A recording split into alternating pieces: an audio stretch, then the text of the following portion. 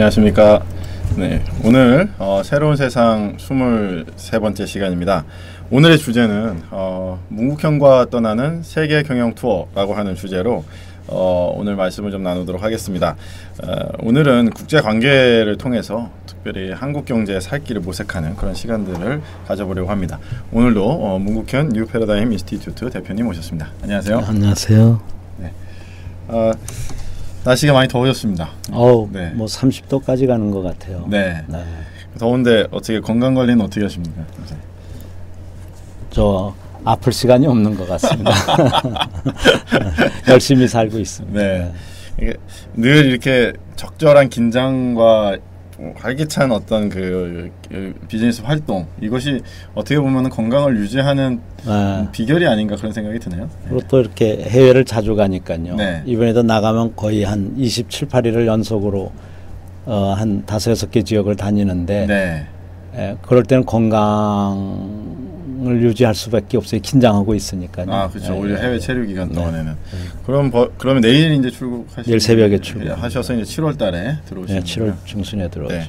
그래서 저희가 아쉽게도 방송을 저희가 원래 6월 달에 한 번 더 하려고 했었는데 죄송합니다. 네, 아쉽게 이제 저희가 7월 달에 만나 뵙는 걸로 그렇게 해야 될 것 같습니다. 이 새로운 세상 프로그램 때문에 들어올까 했는데 이틀 만에 다시 이틀 있다 다시 나가야 되다 보니까 그거 좀 체력의 무리인 것 같아요. 그렇죠. 비행기 값 또 환경 오염도 더 시킬 것 같고 그래서 이틀간 3일간 아예 쉬기로 했습니다. 죄송합니다. 저 7월 중순에 뵙겠습니다. 네.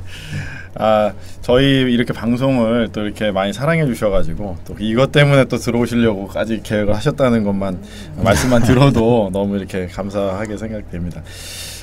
특별히 남미 방문이 이번에는 좀 주력으로 가시는 거죠? 아니요. 남미는 다 합해서 일주일 정도 가고요. 리우 플러스 20K. 그런 다음에 카나다와 미국에서 한 3주를 더 있을 겁니다. 그러니까 남미, 북미 해가지고 이제 조금 그렇습니다. 이번에 그 리오 플러스 20라고 해서 20년 전에 리오 데자네이로에서 전 세계 정상들이 모여서 지구 환경 회의를 처음으로 했거든요. 그래서 지구 정상 환경 회의라고 그러는데 그 20주년을 기념해서 이번에는 전 세계 정상들도 모이지만 또 일반 시민 지도자들도 20년 전처럼 모이지만 기업인들이 대거 모여요. 그래서 20년 사이에 시민사회의 일부로 돼 있던 기업이 이 세 섹터의 하나로서 그 존재성 또 협력의 필요성을 인정받으면서 비즈니스 포럼이 3일 연속 거기서 열려요. 그래서 그 3일 연속 열리는 비즈니스 포럼에 참여도 하고 또 아침 저녁으로 있는 사이드 이벤트라고 이 부석 회의들이 많아요. 그 부석 회의들에 그 국제 경제인들이 어떻게 하면 이 유엔과 함께 지구촌을 환경 친화적이고 사회 친화적으로 만드는데 기여할 거냐. 그래서 경제인이라고 해서 환경을 마음대로 파괴하고 사회를 마음대로 이렇게 파괴해도 되는 게 아니라 이젠 경제인들도 정부나 시민사회와 똑같은 책임의식을 갖고 사회에도 좋고 환경에도 좋은 이런 어떤 자원절약적이고 일자리를 늘리는 그런 경제를 만들자. 그런 것들을 이제 논의하러 가는 겁니다. 우리 리우 플러스 20회에 대해서는 잠시 후에 좀 본격적으로 말씀을 나누도록 하겠습니다. 오늘이 그 남미를 가신다고 하니까 또 이렇게 새롭게 떠오르는 이야기인데 그 체게바라라고 하는 남미의 아르헨티나 아르헨티나 출신의 또 쿠바 혁명을 같이 했었던 체게바라 탄생일이라고 하네요. 오늘이 100주년. 그래서 6월 14일 날 오늘인데요. 그래서 남미가 옛날에는 참 오히려 세계 경제에서 상당히 중요한 역할을 오히려 20세기 초반에 했다가 또 80년대에 또 어려움을 겪고 그렇게 됐는데 남미에서 또 이렇게 체게바라의 정신 이런 것들을 또 한번 생각해 볼 수 있는. 아르헨티나를 가는 건 아니고 브라질을 가지만 체게바라를 그 사르트르가 가장 완전한 인간이라고 이야기를 했답니다. 그만큼 한 시대에 많은 그 지식인들과 부유한 사람들에게 어떤 사회적 그런 책임감을 느끼게 한 의사더라고요. 무슨 애초부터 혁명가가 아니고 그렇죠. 의사였는데 또 부잣집 상류층의 자제고 그랬는데 많은 사람들에게 깨달음을 준 그러나 혁명가의 길을 가셨던 그런 분인 것 같습니다. 네. 어떻게 보면 노블리스 오블리주를 실천한 그런 인물이 아닌가. 의사들 중에 뭐 예술로 가신 분도 많고 또 이렇게 체게바라나 슈바이처나 이런 분처럼 그 사람을 사랑하는 그런 봉사 쪽으로 가신 분도 상당히 많습니다. 결국은 이제 가난과 빈부격차의 문제 뭐 이런 것들이 사실 굉장히 심각한 사회적 문제인데 뭐 그건 100년 전이나 지금이나 뭐 거의 그런 문제가 아직도 해결이 안 되는 것 같습니다. 우리 대표님도 그런 측면에서는 오히려 결을 좀 같이 하고 계신 게 아닌가 생각이 저는 듭니다. 의사가 됐더니면 봉사를 제대로 할 텐데 의사도 아니고 예술가도 아니다가 보니까 경영인이고 경제인이다 보니까 사실 통이 넓지는 못한 것 같아요. 그래도 뭐 이 사실 기업 비즈니스 활동을 통해서 어떻게 보면 이윤 창출만이 아니라 뭐 사람 중심의 경영이라든지 뭐 나무 심기나 사람 중심 창조 경영 이런 건 했지만 전 세계를 막 그 왔다 갔다 하면서 지구촌의 사회적 대화를 하는 사람들은 그런 혁명가 아니면 유엔 총회 사무총장이나 어떤 시민운동가나 이런 분들이더라고요. 그래서 우리 대표님의 또 글로벌 활동을 저희들이 조금 더 면밀하게 검토해 보면서 우리도 조금 더 세계관을 좀 넓히고 그런 우리가 국제사회의 일원으로서 어떻게 살아가야 될지 같이 모색해보는 시간이 되었으면 좋겠습니다. 오늘 생방송으로 진행하고 있는데요. 벌써 한 70여 분 이상이 같이 방송에 참여해주고 계십니다.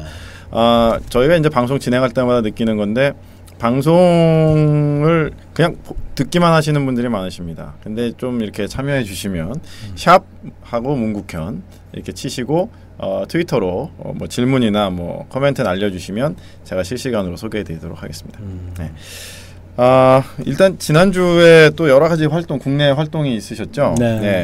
그 드러커 경영 카페라고 하는 것 또 참여하셨다고 하시는데요. 좀 소개 좀 해주시죠. 이제 드러커가 21세기는 이제 육체 경제 시대가 아니라 지식 경제 시대로 가야 된다. 그러면서 이제 어떻게 보면 경제 민주화라고 그럴까요? 그런 거와 함께 기업의 사회적 책임 이런 것을 굉장히 강조했어요. 그리고 21세기는 이 지식이 1년 2년 가는 지식이 거의 없다. 지식과 경험을 매달 보충해야 된다. 우리 배터리 떨어진 전화기 못 쓰잖아요. 그렇죠. 매일 충전하죠. 매일 재충전하듯이 지식과 기술이 그렇다. 그래서 21세기는 이 지식을 공유하는 시대고 지식을 변화 속도 못지않게 빨리 재충전해야 되는 시대다.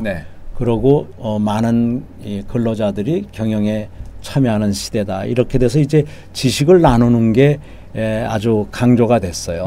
그리고 물론 지식을 나누고 참여시키려면 부패한 경제보다는 이 공정성과 신뢰성을 기반으로 한 경제 사회라는 전제하에서죠. 그래서 기업의 사회적 책임이 이루어진다는 전제하에서 이제 평생학습을 통해서 지식을 확보한 다음에 지식 나누기를 한 다음에 공통의 경제사회적 꿈을 만들어서 경제적 성과와 사회적 성과를 같이 만들어가자 이런 운동을 하신 이제 현대 경영학의 창시자죠.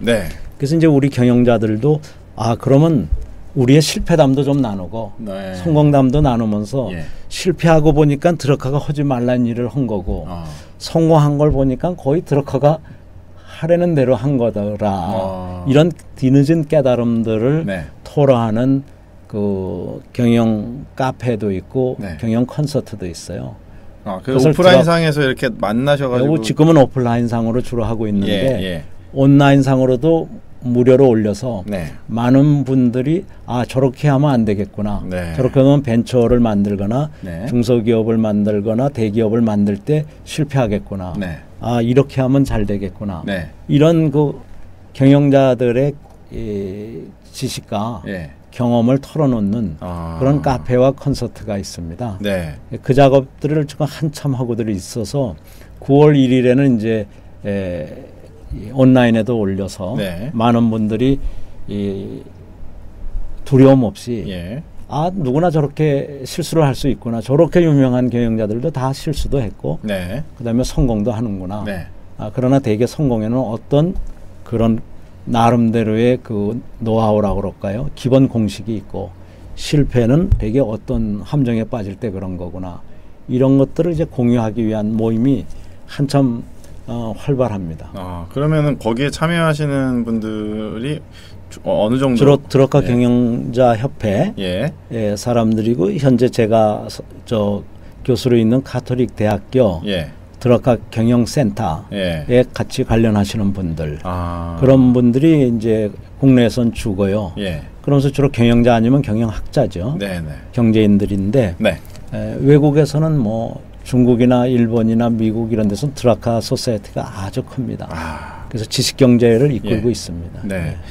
최근 들어서 피터 드러커에 대한 인식이 점점 확대되고 있는 것 같다는 생각이 듭니다. 옛날에는 이제 관심 있는 일부 경영학자들이나 또 경영인들만 알았다면 요새는 이제 청년들도 좀 많이 알고 있는 것 같아요. 그게 이제 자본주의 3.0이라고 하던 신자유주의를 기반한 금융자본주의 또 아니면 부동산 거품을 일으키던 그런 어떤 그 자본주의가 30년의 실험 끝에 이제 거의 실패가 드러났거든요.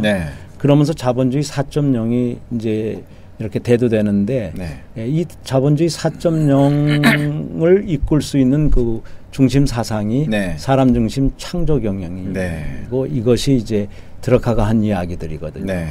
그러다 보니까 젊은이들이 자기네들의 일자리를 해결하는 방안이기도 하고 그다음에 중소기업을 살리는 방안이기도 하고 또 나라의 경제를 윤택하게 할 수 있는 길이기도 하고 자원 절약이라든가 노사 간의 분규 이런 걸 다 예방할 수 있는 길이기 때문에 젊은이들이 과거보다 많은 관심을 갖는데 중국이나 일본에 비하면 우리는 아주 많이 뒤져 있죠. 앞으로 가야 될 길이 상당히 많다. 기회입니다. 어떻게 보면. 저도 이 부분에 대해서 좀 더 공부를 해봐야 되겠다 그런 생각을 좀 해보게 됩니다. 8월 19일부터 드러카 경영 강좌가 5-6번 집중적으로 열릴 겁니다. 이 기간에 뭐 NGO, NPO 분들을 위한 강좌도 생길 가능성이 높지만 기업인들과 특히 벤처인들, 중소기업인들, 일부 학자들을 위한 드러카 경영 서머스쿨이 8월 19일부터 8월 25일까지 그 사이에 집중적으로 열립니다. 관심 있으신 분들은 요 일정을 미리 체크해 두시면 어떨까 생각이 되네요. 8월 19일에서 25일까지 7월 19일서부터 7월 19일에서 8월 25일까지 약 한 달 좀 더 되는 기간 동안에 여름에 좀 이렇게 되게 3일 내지 5일짜리 코스로 많이 제공이 됩니다. 그 시간에 한번 일정을 빼셔가지고 요런 강좌에 한번 참여해 보시면 어떨까 생각이 됩니다. 저도 한번 유 실장님은 오시면 많은 도움이 되실 겁니다. 또 특히 중소기업을 이해하고 벤처를 이해해서 그분들을 사회의 변화에 또 혁신에 창조경제의 중심이 되게 하는 그런 데 아주 도움이 됩니다. 드러커 경영 강좌. 어떻게 뭐 드러커 경영센터에서 주로 가톨릭 대학 반포 교정에 있는 드러카 경영센터에서 주로 하고요.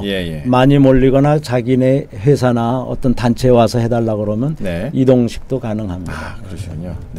알겠습니다. 또 충북 지역에서 그 HRD 연수를 다녀오셨다고 하시는데요. HRD에 대해서 아직도 좀 생소하시는 분들이 있으실 것 같아요. 인력 개발 담당 중역들이라고 그러는데요. 인력 개발. 지금 이제 전 세계가 국가 부채 문제에 봉착해 있고 또 이 일자리 부족 문제에 처해 있고 여러 가지 문제에 처해 있거든요.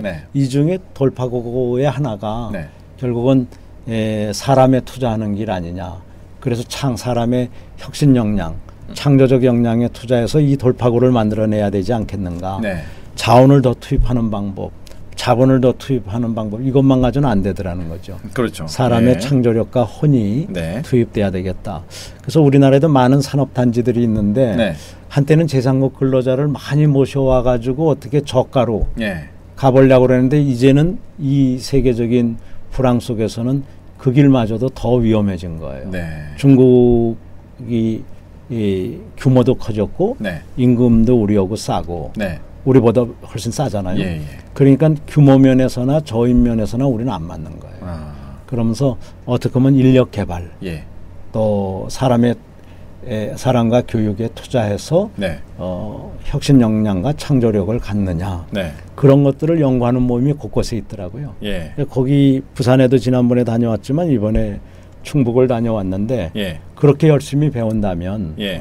기회가 오지 않을까. 마침 네. 또 독일 기업들이 네. 이 한국 아시아에서의 파트너로서 한국을 많이 생각해요. 네. 그래서 독일의 히든 챔피언들, 네. 명품 기업들하고 한국의 중견 중소기업, 벤처기업 중에서 네. 새로운 이 시도를 해보겠다는, 네.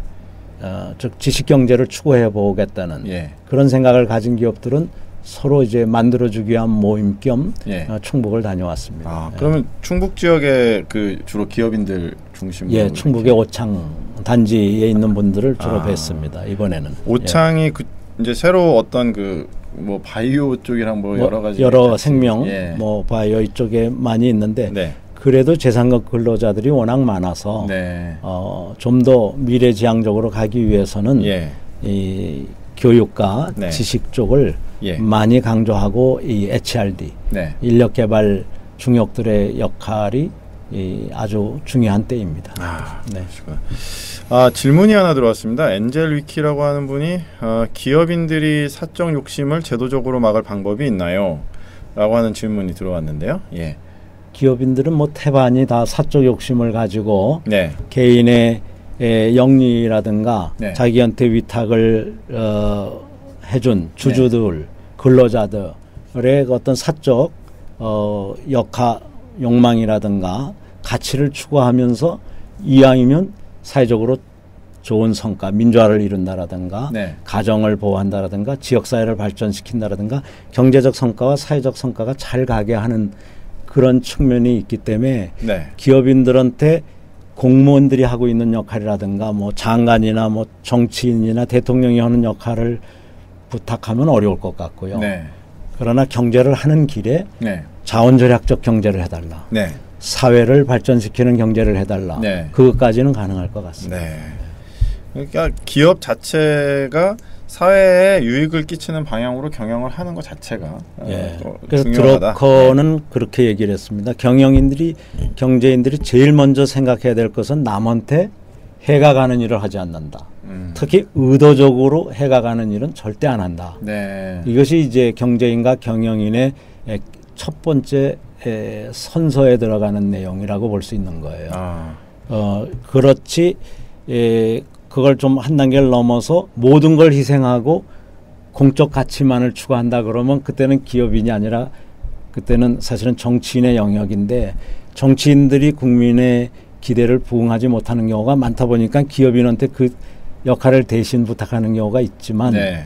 실제는 좀 역할이 다른 거죠. 네. 기업을 하면서 사회적 성과도 내고 환경적 성과를 내야 되지 기업의 성과를 빼놓고 네. 그 세금으로 운영되는 예. 정부 분야의 일을 대신해달라고 하면 그거는 아마 대개들 다 도망갈 거예요. 예. 기업이 그 드러커가 이야기했던 것처럼 뭐 의도적으로 위해를 끼치지 않고 또 사회적인 그 발전에 기여하고 발전에 기여하면 그리고 자원의 낭비를 막고 그것만 해도 뭐 상당히 사실 그것만 해도 되게 그렇죠. 어려운 게 관습이 자원은 무제한으로 쓰는 걸로 돼 있고 자원을 무제한으로 써야 땅도 많이 확보하고 건물도 많이 확보했다. 그게 인플레에 의해서 값이 올라가면 땅 장사도 된다. 이런 생각이 재래식 개념이거든요. 그래서 꽤 많은 경제인들한테 몸에 이렇게 습관적으로 돼 있는 게 부동산 투자를 이게 괜찮다라는 생각이 가지고 있어요. 사실은 자칫하면 환경 파괴가 될 수 있는데 부동산의 이 활용도를 2배, 4배 높일 수가 있는데도 불구하고 생산성이나 효율을 높이는 것보다는 이 땅 장사나 무슨 건물 장사하듯이 많은 부동산을 챙겼거든요. 그렇죠. 그게 오늘날 전 세계의 부동산 거품 문제요, 네. 은행의 부채 문제요, 네. 국가의 부채 문제고 가계의 부채 문제거든요. 네. 그러니까 아무튼 그 패러다임에서 빨리 벗어나야 됩니다. 경제인들은 어떻게 하면 사람의 잠재력을 최대한 활용해서 자원을 덜 쓰고 네. 없던 가치를 새로 만들어내서 네. 사회에도 좋고 환경에도 좋고 예. 경제에도 좋은 길을 찾아야지 예. 환경을 착취해서 네. 환경을 남보다 먼저 개발해서 그 개발 이익을 독점하거나 이러는 것은 옳은 건 아니죠. 그렇습니다. 네. 그러한 경영의 어떤 새로운 그 패러다임들을 이제는 모든 기업들이 좀 원칙적인 부분을 좀 돌아가야 되지 않을까 생각을 해보게 됩니다. 그 외에도 이제 한중 창업 혁신 포럼이라고 하는 행사도 있었습니다. 예, 그동안 이제 중국이 한국에선 다 배웠다. 네. 지난 일본엔 40년, 네. 한국에는 만 20년을 열심히 배웠는데 예. 이젠 다 배웠다라는 생각을 좀 할 만큼 중국이 컸습니다. 예. 중국이 우리 GDP의 6배까지 컸거든요. 네. 그리고 1인당 GDP가 5,000불을 넘었었거든요. 네. 이제 조만간에 저분들은 한 5년 안에 또 1조 달러를 늘릴 거예요. 예. 1조 달러라는 게 우리 5천만 명이 1년 동안 벌어들이는 게 1조 달러거든요. 그러니까 우리나라 전체 국내 총생산 분량만큼을 5년 내에 매 5년 내지 7년마다 늘리고 있는 게 중국 경제입니다. 네. 상당한 저력이네요. 네. 그럼요. 그리고 이제 구매력으로 보면 거의 지금도 9조 달러 이상 10조 가까이 이렇게 되니까 네. 굉장히 큰 경제가 되다 보니까 일본은 이제 갔다. 한국은 조그맣다 이런 생각을 가지고 있다가 드라카 경영 원리로 들어가고 뉴 패러다임 경영 원리로 들어가면서 경영의 그 창조적 경영 쪽으로 가다 보니까 사람 참여가 중요한 거예요. 네. 중국이 뭐 비교적 이렇게 사람들의 참여가 그런 어떤 사회주의 이런 거에서 이론적으로는 예의가 돼 있었지만 네. 사실은 스테이트 캐피탈리즘이라고 해서 국가 자본주의 내지는 위압적 자본주의라고 해가지고 탑다운 방식이거든요. 네. 효율을 중요시하는 자본주의고 민주적 자본주의는 아니었거든요. 예. 그러다가 보니까 사람들이 경영에 참여할 기회가 없었던 거예요. 말만 사회주의 민주주의 국가라고 그러나요? 그러지만 실제는 그게 아니고 네. 탑다운 국가였죠. 예. 그런 입장에서 보니까 지식경제에 와서 이게 큰일 난 거거든요. 이거 근로자들을 경영에 참여하는 제도와 습관과 리더십을 갖춰야 되겠는데 네. 이 모델을 누구로 삼을 것이냐. 네. 그런 중에 이제 혹시 한국의 삼성에서도 배울 게 있느냐. 네. 또 세계적으로 널리 알려져 있는 유한 킴버리의 사람 중심 모델이 자기네한테 도움이 될 것이냐. 포스코도 비교적 그 중간지대에서 네. 대기업은 초대 기업인데 재벌이라고 부르긴 못하잖아요. 네네. 그런 그 세 모델을 놓고 예. 다시 한국과 좀 경제인끼리의 교류를 늘리자. 네. 그래서 주로 창업과 혁신에 네. 관심이 있는 또 드라카의 경영 철학, 또 드라카가 주장하는 이 기업의 사회적 책임 이런 것을 믿는 사람들끼리 교류를 하자. 네. 그래서 그 교류를 활성화하기 위한 기초 작업들이 지금 한참 진행되고 있습니다. 중국인들이 그동안 저희를 초청해서 중국에서 대규모 강연이라든가 컨설팅을 했는데 네. 그러지 말고 자기네들도 한국에 대규모로 오겠다. 네. 그래서 대규모로 삼성도 방문하고 포스코도 방문하고 유한 킴버리도 방문하고 기타 사람 중심 창조 경영을 하는 다양한 방식이 있고 다양한 규모가 있고 다양한 산업이 있을 테니까 그걸 서로 교류하자. 이런 얘기들이 진행되고 있습니다. 네. 창업 혁신이다. 그러면은 창업에 관심이 많다. 뭐 이렇게 봐야 되나요? 예, 중국은 창업에도 관심이 많습니다. 이제 여태까지 국영기업체들을 민영화하는 과정도 많이 했고 네. 아직도 국영기업체 비중이 30% 가까이 가는 네. 국가자본주의요 국가 경영 국가 이런 자본주의. 체제이긴 한데 네.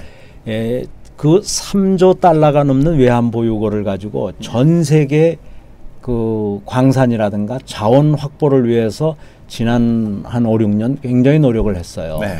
이런 경제 위기에 달러를 대신할 자산이 이런 어떤 광물이라든가 네. 자연자원이다라는 그런 인식도 하나 있어서 그랬지만 네. 또 자원 외교를 위해서도 그랬고 네. 그랬지만 그 3조 달러가 넘는 것을 전부 미국 연방채라만 투자를 해놓는 건 위험하기 때문에 네. 자산의 그 분산 관리를 위해서 그랬던 것이죠. 네. 근데 그 중에 한 또 노력이 새로운 기술, 네. 새로 창업된 기업들을 어떻게 해서라도 M&A를 하거나 예. 합작을 하려고 하는 거였어요. 예. 그런 측면에서 이번에 중국인들이 한국에 많은 관심을 갖는 거는 예. 한국에 많은 벤처 역량을 가진 사람들이 예. 예를 들면 가산단지, 예. 여기 옛날 구로단지라고 하는데 몰려 있거든요. 예. 전국에 또 몰려 있죠. 가산단지에만도 한 10,000몇 개 기업이 있는데 네. 이런 기업인들과 이미 세계 최고 제조업 강국 경제가 있는 독일 그리고 중국의 이 3조 달러가 넘는 자본이 네. 만날 수 있는 네. 그런 그 플랫폼이 될 것 같습니다. 아, 그러면은 네. 그 자본을 투자해서 새로운 벤처, 기술 벤처 이런 것들을 자기네가 중국에서 개발도 많이 하고 예. 중국인이나 인도 벤처리스트나 젊은이들을 네. 많이 활용도 하지만 네. 이왕 한국에 있는 거면 그것을 사든가 네. 합작을 하겠다 이런 거죠. 예. 그것은 독일도 마찬가지입니다. 그런 관심 있는 기업들이 상당히 많이 그런 있습니다. 기업들끼리 모여서 네. 교류 협력하자. 예. 서로 상호 방문하고 네. 협력하자. 그래서 중국이 어떻게 보면 한국을 일방적으로 압도했다라고 생각했다가 네. 서로 아직도 배울 게 많다. 그리고 네. 협력하는 게 낫다. 이런 생각을 하는 경제인들이 느는 것 같습니다. 그렇군요. 벤처 기술 벤처 분들은 중국의 투자를 또 유치하는 것도 하나 생각해 볼 만한 일이 아닌가 생각이 중국 드네요. 투자가들을 네. 끌어들이는 거죠. 얼마 네. 전만 해도 우리가 투자하는 기업이 막 그랬죠. 5만 개씩 가고 그랬는데 네. 이제는 중국 투자가들을 네. 우리가 받아들이는 네. 그런 시대가 가까이 오는 거죠. 네. 그런 쪽에 연계를 좀 시키고 네, 그거는 독일이나 중국이 네. 이제 한국에 한국 경제가 끝났다고 생각하지 않고 네. 아직도 중소기업의 명품화라든가 네. 한중협력이라든가 네. 한독협력을 통해서 네. 세계 5대 제조업 강국으로 계속 갈 수 있다고들 믿고 있습니다. 예. 지금 뭐 가산의 디지털 단지 이런 벤처인들 한번 좀 중국 자본의 투자를 유치하는 것도 한번 생각해 보시면 어떨까 그런 생각을 해보게 됩니다. 네, 계속 우리 방송 진행하고 있는데요. 벌써 한 100여 분 이상 많이 참여해 주시고 계십니다. 그 질문이나 코멘트 해주시면 소개해 드리도록 그렇게 하겠습니다. 예, 환경경영 후원의 밤도 다녀오셨다고 하시는데 이제 그러니까 1992년 6월 5일 날 그 지구 정상들의 환경 회의가 열렸잖아요. 예. 브라질 리오데자네이루에서. 예. 그러면서 생긴 게 이제 환경의 날인데 옛날에 공해 추방 운동을 하던 네. 우리나라 그 시민 운동가들과 학자들이 이 환경 연합이라는 걸 19년 전에 만들었어요. 네. 그래서 그 환경 연합이 나중에 또 환경 재단이라는 기업인들 포럼도 만들고 그랬지만 네. 지금 이 환경연합은 나름대로 노벨상이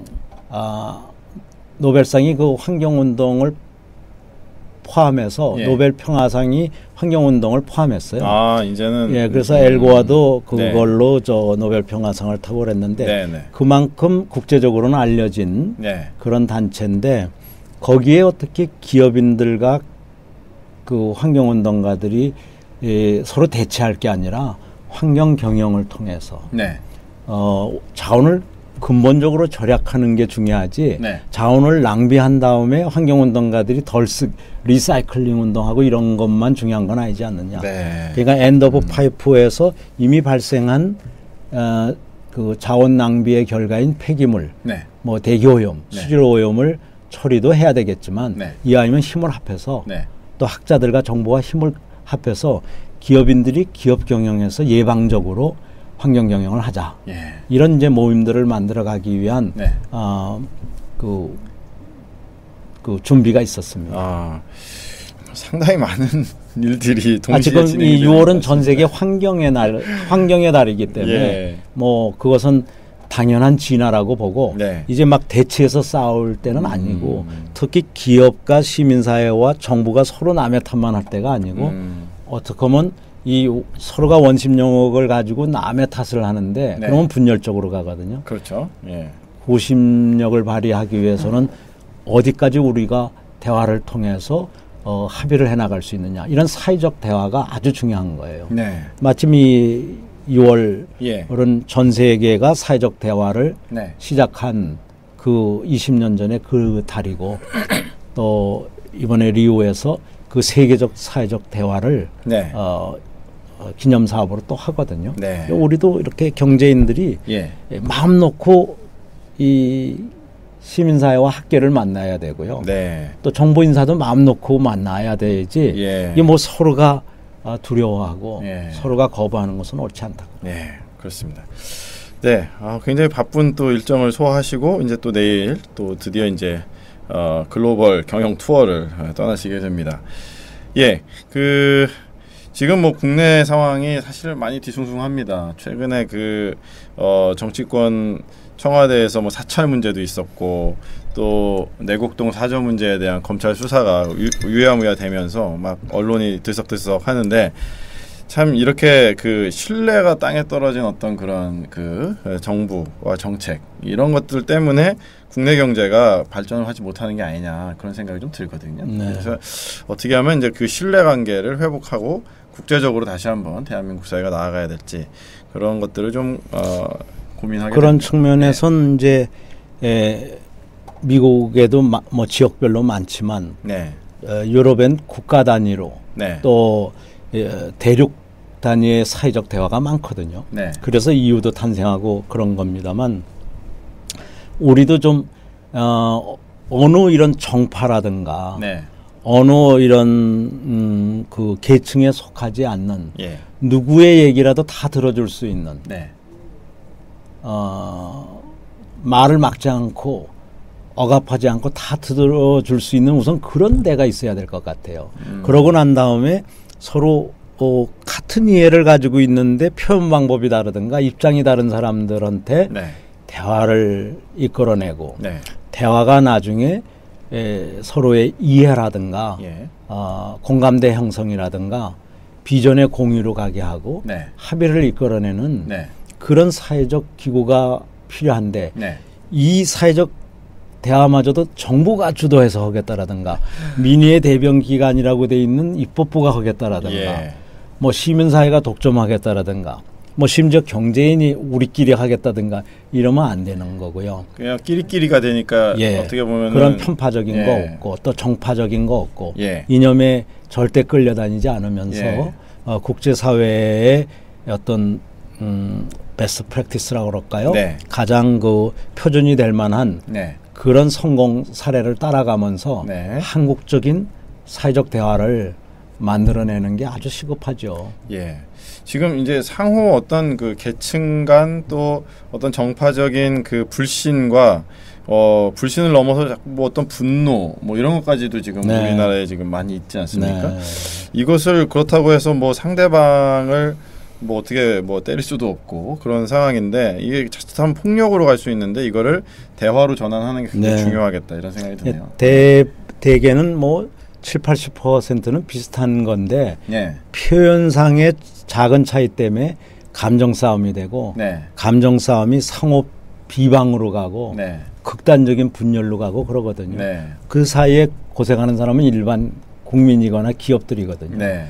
그런 걸 막으려면 사회적 대화를 네. 인내심을 갖고 할 수 있는 예. 옛날에 뭐 김수환 추기경님이라든가 법정 스님이라든가 네. 강원영 목사님 이런 분들이 종교 간의 이해의 상충이 있을 만도 한데 예. 공통점을 찾아내서 그래도 우리 사회를 이 아시아에서 가장 네. 그 당시 신뢰할 수 있을 만한 네. 그런 시민사회로 이끄셨잖아요. 네. 그리고 종교적 갈등도 우리나라가 가장 적은 나라에 해당하잖아요. 네. 대화는 이렇게 아름답고 위대한 거죠. 예. 네.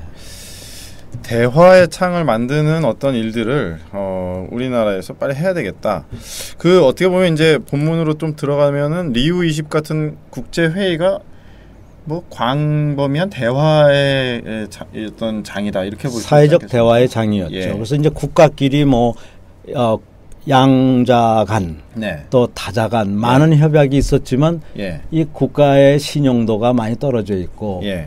또 뭐 심지어 일부 국가는 뭐 쿠데타를 한 국가 정부도 있고 여러 적법성이 없는 정부도 많이 생기고 네. 이러면서 유엔의 역할이 점점 커졌어요.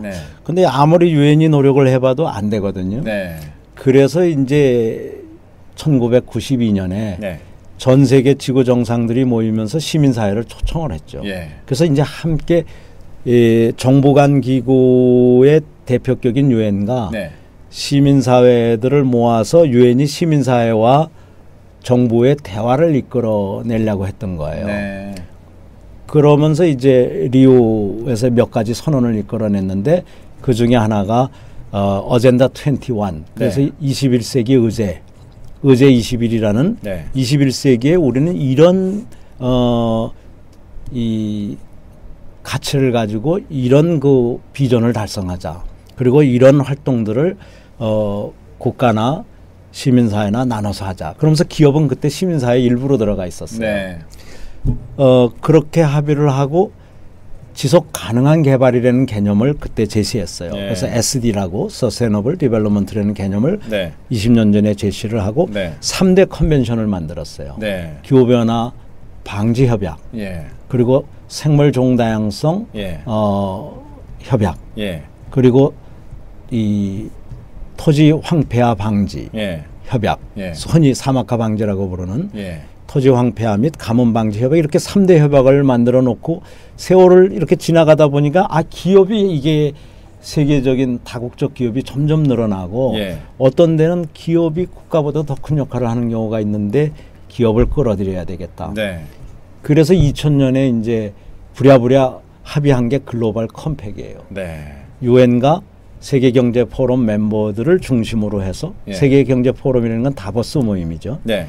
그 두 단체가 합의를 하면서 지구촌 협약이라는 걸 만들었어요. 네. 그래서 사실상 유엔과 시민사회 중심으로 움직이던 게 예. 기업을 제대로 끌어들인 거대한 모임이 글로벌 컴팩 모임이었죠. 네. 그게 12년 전이에요. 예. 그래서 이제는 그 유엔이 가지고 있는 3대 컨벤션, 네. 기후변화 예. 방지, 생물종다양성, 예. 그리고 황폐화 방지 3대 협약마다 비즈니스 포럼이 있어요. 네. 그래서 이 비즈니스 포럼 사람들은 다 경제인들이나 학자들인데 네. 이 사람들이 유엔과 함께 사회와 시민사회와 함께 어떻게 세상을 좋게 만들 것이냐. 네. 기업도 좋고 사회도 좋고 환경도 좋을 것이냐. 예. 이거를 고민하는 비즈니스 포럼이 네. 경제인 포럼이죠. 네. 협약마다 만들어지는 데까지는 성공이 됐는데 네. 그거 만들어지는데 19년이 걸렸어요. 참 오래 걸렸네요. 그래서 오래 걸렸죠. 그래서 요번에 네. 리우에서 만날 때 이 3대 비즈니스 포럼이 공동 모임도 하고 예. 각각 모임도 하고 예. 시민사회와도 만나고 국가대표들과도 만나는 게 네. 이번 리우 플러스 20 네. 리우 환경회의입니다. 네. 그래서 어떻게 보면 이 세계적 그 대화를 네. 사회적 대화라는 이름 아래에서 하는데 그 포맷 완성하는 데만 20년 걸린 거예요. 예. 물론 기후변화 협약 쪽은 상당히 많은 진전을 이뤘어요. 네. 그렇지만 생물종다양성 쪽하고 이 토지 황폐화 쪽은 기후변화에 비하면 아주 뒤져 있고요. 네. 다만 20년 전에 환경의 종말이 더 먼저 올 거라고 그랬는데 네. 소위 말하는 3기 자본주의가 먼저 종말을 고하게 돼서 네. 4기 자본주의를 어떻게 빨리 도출해내느냐 네. 이런 것들도 사실은 예. 암묵적 예. 하나의 그 사명들이죠. 그 중에 3대 포럼 중에서 토지 황폐화 그쪽에 위원장을 하신다. 이제 예. 그 포럼이 아직 전 세계적으로 주요 국가마다 챕터가 있질 않아요. 네. 그래서 각 국가별 위원회가 생길 때까지 제가 그 준비위원장을 맡아주기로 했죠. 그래서 이번에도 리오 플러스 20 거기 가서 3대 협약의 비즈니스 포럼 의장들끼리 만나는 경우도 만들고 그래서 서로가 이렇게 함께하면 시너지가 있지 않겠느냐. 토지 황폐화가 되면 생물 종다양성이 사라져요. 나무가 죽고 새가 없고 곤충이 없으면 그 다음에 모든 문제가 함께 오잖아요. 그렇죠. 또 기후변화도 따라서 오잖아요. 그렇기 때문에 기후변화 쪽에서 해결하려고 그러지 말고 황폐화 쪽에서부터 먼저 해결하자. 그래서 그린 리볼루션이라고 나무 많이 심기와 그 다음에 그 어떻게 보면 옐로우 리볼루션이라고 할 수 있는 농지의 지속 가능성을 높여주는 농지를 한 번 쓰고 개간해서 한 번 쓰고 버리는 게 아니라 농지를 농지가 지속 가능하게 하기 위해서는 휴경제를 한다라든가 또 유기농을 한다라든가 지력을 계속 다양한 방법을 해서 같은 토지를 여러 번 쓰는 게 낫지 매번 산림을 훼손하면서 농지를 개발하는 방법은 지속 가능하지 않거든요. 그래서 이 지속 가능한 농임업이 되게 하는 옐로우 리볼루션. 그래서 황색 혁명과 녹색 혁명을 같이 하면서 물 보존을 해나가는 게 저희 쪽 비즈니스 포럼의 사명입니다. 특별히 이 부분은 뭐 우리 강산 푸르게 운동 한 30년 30년 그걸 하면서 유엔과 뭐 활동을 많이 해왔기 때문에 그 UNCCD 황폐화 방지 협약의 본부가 독일 정부가 쓰고 있던 보온 독일 보온 청사에 있거든요. 그래서 그쪽하고 협력을 많이 하고 있습니다. 그러시군요. 상당히 의미 있는 일들. 그 저도 옛날에 그 나무 심는 사람이라고 하는 장지오노의 작품이 있죠. 그 애니메이션 보면서 야 정말 그게 실제로 정말 가능한 일일까 생각을 했었는데 대표님이 나무 심는 사람 역할 하셨죠? 그분은 53세에 한 걸로 나오죠. 그래서 80세가 좀 넘게 30년 동안에 아무리 소설이지만 실화처럼 그렇게 돼 있는데 그런 분들이 의외로 많습니다. 젊어서는 산림 복구나 농촌에 관심이 없다. 50이 넘어서 관심을 가지고 있다. 80세알이 될 때까지 세상을 바꾸는 분이 많은데 지금 천리포 수목원이라고 그러는데 거기 수목원이요? 창립자가 미국인이에요 원래는. 그리고 한국 이름은 민병가리라고 하는데 이 민병가리자 칼 페리스 밀러라는 사람이 금융인이었거든요. 50세에 시작해서 82세에 돌아갈 때까지 30년 만에 세계 최고의 작품을 만들어 놓은 거예요. 그분도 거기 나무를 심은 거죠.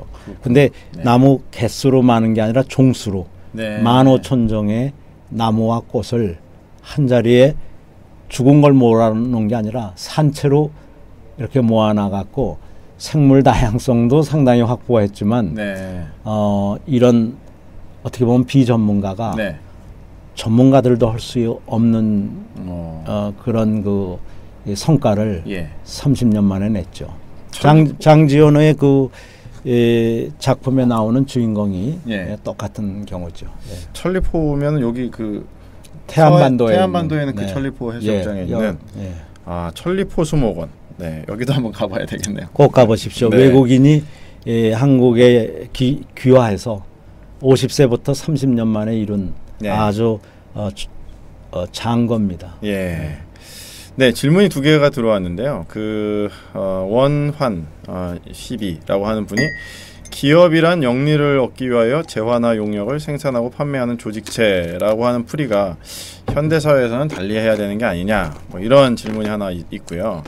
또 그 CNGN 타오라고 하는 분이 인구 증가에 따른 자원 고갈과 외국인 노동 수입에 따른 국내 노동 조건 악화에 대해서 어떻게 해야 되겠느냐, 뭐 이런 견해를 물어보셨습니다.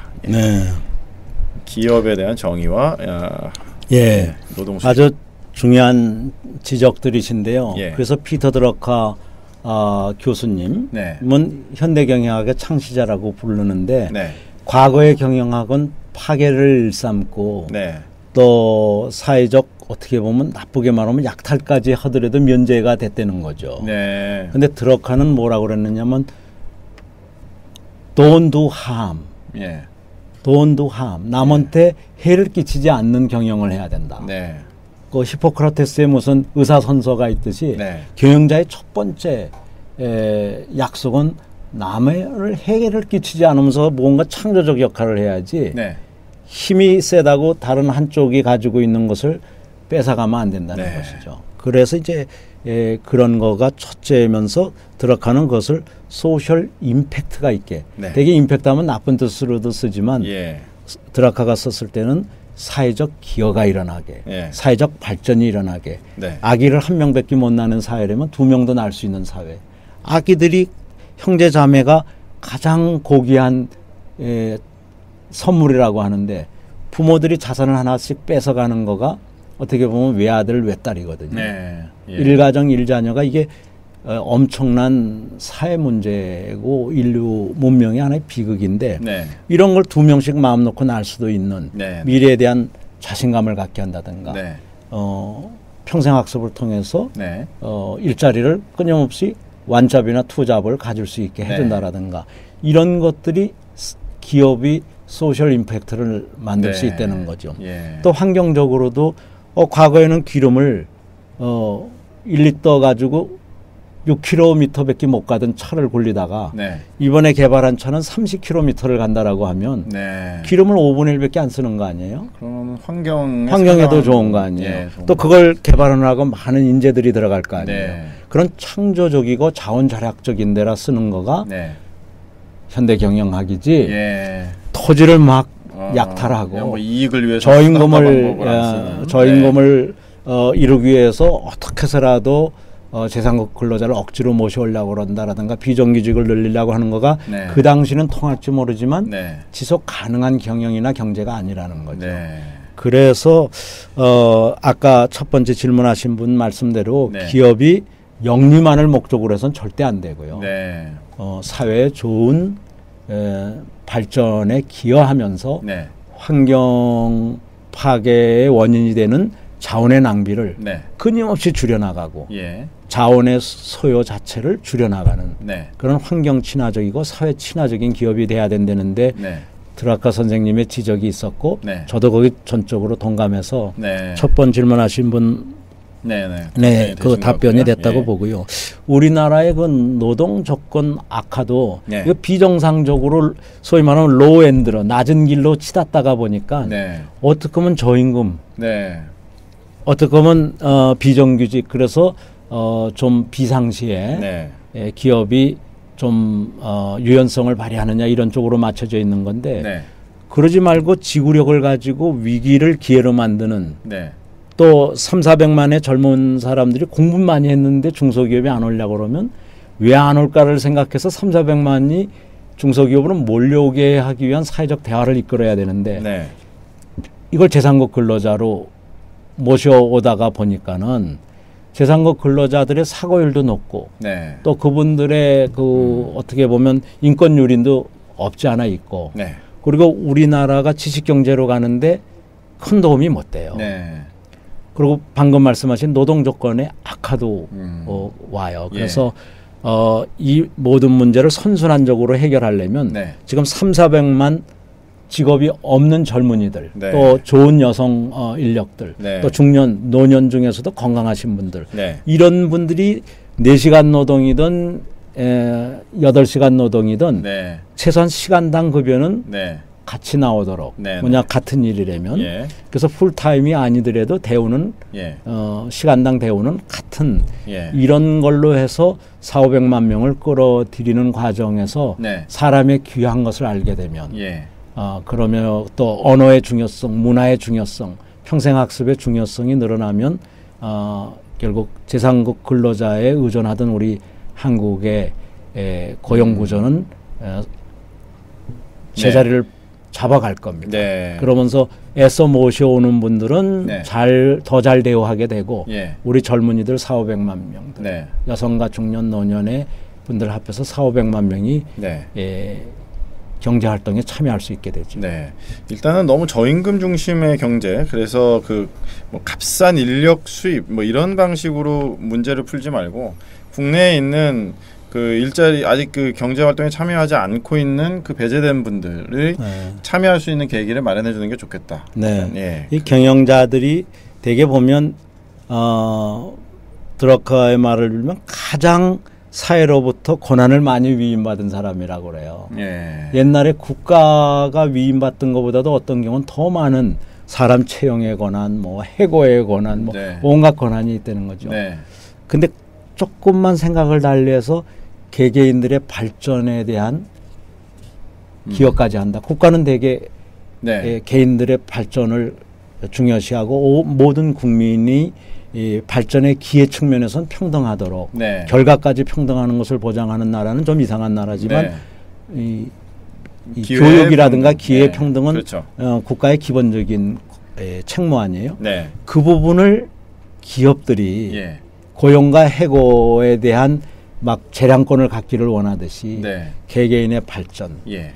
발전의 기회를 최대한 줘오고 네. 내 기업이 아니더라도 내 산업이 아니더라도 이분들이 75세 네. 이후까지도 지속적으로 평생학습을 통해서 자신을 발전시켜 나가고 가정과 지역사회를 발전시켜 나가는 원동력이 되게 하는 네. 그런 사명을 갖는 게 그리 어려운 게 아니거든요. 네. 윈윈이거든요. 예. 근데 꽤 많은 경우는 그쪽에 조금 늦어져 있어요, 우리나라가. 네. 그래서 사실은 경영자들이 너무 고생을 하다가 보니까 고생한 사람들이 어느 정도 이루고 나면 그냥 큰 집, 뭐 큰 골프장 다니는 예, 거, 뭐 큰 차 이런 쪽으로 가는데 그렇죠. 예. 사실은 이왕 인내심을 가지고 기업을 성공시킨 사람들이라면 어떻게 보면 이제 정직한 사회, 공정한 사회, 예. 사회적 책임을 다하는 사회, 네. 나를 믿고 따르는 수백 명, 수천 명, 수만 명을 어떻게 보면 끊임없이 발전시켜주느냐. 네. 이 사회적 책임을 느끼는 순간 네. 대한민국의 경제인들은 존경받게 됩니다. 네. 그렇습니다. 그러한 경영인들이 많이 나오기를 기대해 보겠습니다. 리우 플러스 20을 이제 브라질에서 진행을 하신 다음에 이제 북미 쪽으로 넘어가시면서 노사관계 연구 네. 세계 대회. 예, 노사관계 그 학자들과 경영자들의 세계 대회가 정기적으로 있습니다. 네. 그 월드 캉그레스가 예. 이번에 필라델피아에서 열려요. 필라델피아. 그래서 필라델피아에서 3일간 열리는데 네. 거기 Responsible Cooperation, 네. 사회적 책임을 다하는 기업이라는 세션이 있어요. 거기 같이 공동 주관하면서 예. 거기서 중국의 변화, 예. 한국의 기회, 예. 또 독일이나 미국의 사례들 네. 이런 걸 서로 공유하는 예. 그런 이 경영 지식이나 예. 경험의 나눔이 예. 학자들의 힘에 의해서 이루어지고 있습니다. 그럼 이제 학자와 경영인들, 학자와 경영인들이 모이는데 이번은 주로 한국, 중국, 독일, 미국, 뭐 예. 일본, 오스트레일리아나 예. 카나다 사람들이 올 것 같습니다. 예. 그 다음에는 또 세계 윤리 경영자 대회가 있으시죠? 세계 윤리 경영자 대회를 내년 봄에 하게 됩니다. 내년 봄에. 예. 예. 그게 세계 윤리 경영자 협회라는 게 만들어진 지 20년이 됩니다. 예. 그래서 아까 이 세계 윤리 경영자 협회 사람들이 다보스 회의라는 세계 경제 포럼과 유엔과 함께 글로벌 컴팩을 만들었거든요. 이 세계 네. 윤리 경영자 협회는 전 세계의 경제인들의 투명성, 네. 정직성, 예. 공정성 네. 등 사회적 책임을 강조하는 리더들의 모임이에요. 예. 이게 20주년 행사를 아시아에서 하게 돼요. 예. 그래서 저희는 가능한 한 한국에서 하기를 네. 또 이웃 나라 중국에선 자기네 나라에서 하기를. 네. 근데 이건 쇼가 없는 그런 모임이거든요. 네. 일부 정치적인 행사에서 보면은 뭐 나라의 위상을 선전하거나 뭐 이러기 위한 거가 많은데 이 경우는 우리가 더 국제사회에서 뒤져 있다. 네. 우리가 빨리 캐치업하고 싶으니 우리 쪽에 와서 해달라. 네. 이러면서 서로 유치하는 나라를 무슨 과잉 홍보하기 위해서 그런 게 아니라 네. 우리도 빨리 경제민주화라든가 네. 사회민주화라든가 이런 것이 따라가면서 대기업과 중소기업 또 벤처, 젊은이들, 여성, 중년, 노년이 함께 어우러질 수 있는 이런 경제 활동을 할 수 있느냐 네. 그런 것을 논의하는 그 모임이 이 사전 모임이 조금 있을 겁니다. 준비를 예. 미국에서 이제 하시는 미국에서 잠깐 네. 뭐 할 겁니다. 예. 아, 참 그 외에 이제 한 달의 기간 동안에 또 캐나다도 가시고 캐나다하고 뭐 저 또 저 한미 간의 예. 교류 확대를 위한 또 모임이 있습니다. 그래서 네. 또 거기도 한 며칠 참여하고 그렇습니다. 예. 야, 뭐 충북 가셨다가 국내 투어 하신 다음에 이제 남미 가셨다가 또 이제 북미 이렇게 해서 한 3주 정도 이렇게 다녀오시게 한 달이죠 거의 한 달입니다. 한 달 될 것 같습니다. 예.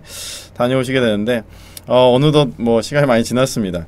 그 대표님의 어떤 이런 활동 여러 가지 지금 뭐 이렇게 나무를 여러 그루를 심어가지고 그게 숲을 이루는 것 같은 느낌이거든요. 이 대회 하나가 하나의 나무인 것처럼 뭐 포럼 하나가 하나의 나무고 뭐 이런 것들이 많다 보니까 막 이렇게 숲을 보는 것 같은 느낌인데 글로벌 인재라고 우리가 많은 이야기를 하지만 실질적으로 이렇게 대표님과 같이 글로벌한 활동에 참여하는 젊은 청년들이 우리나라에도 많이 있나요? 많아요. 뭐 그렇습니까? 이제 반기문 총장도 그 중에 하나고 또 많은 국제기구에 나가 있지 않습니까? 네.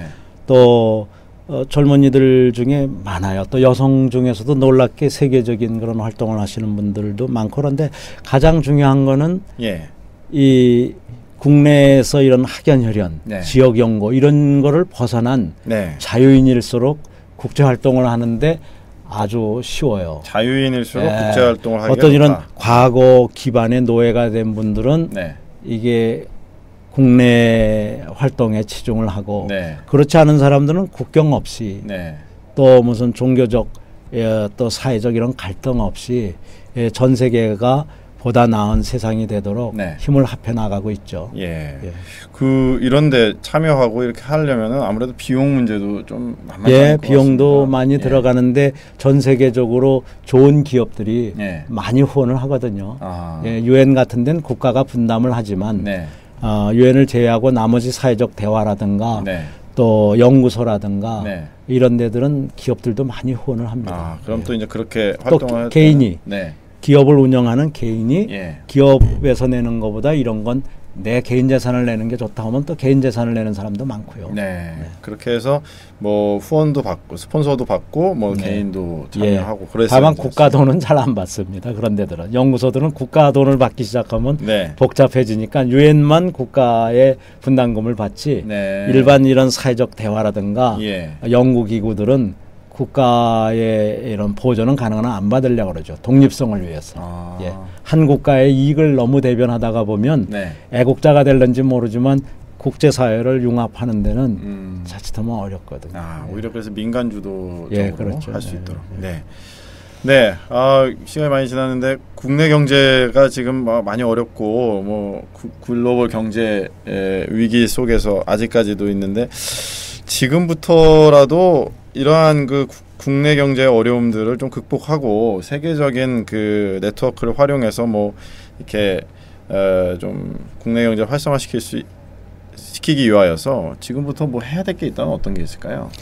물론 사회적 대화가 제일 필요하고요.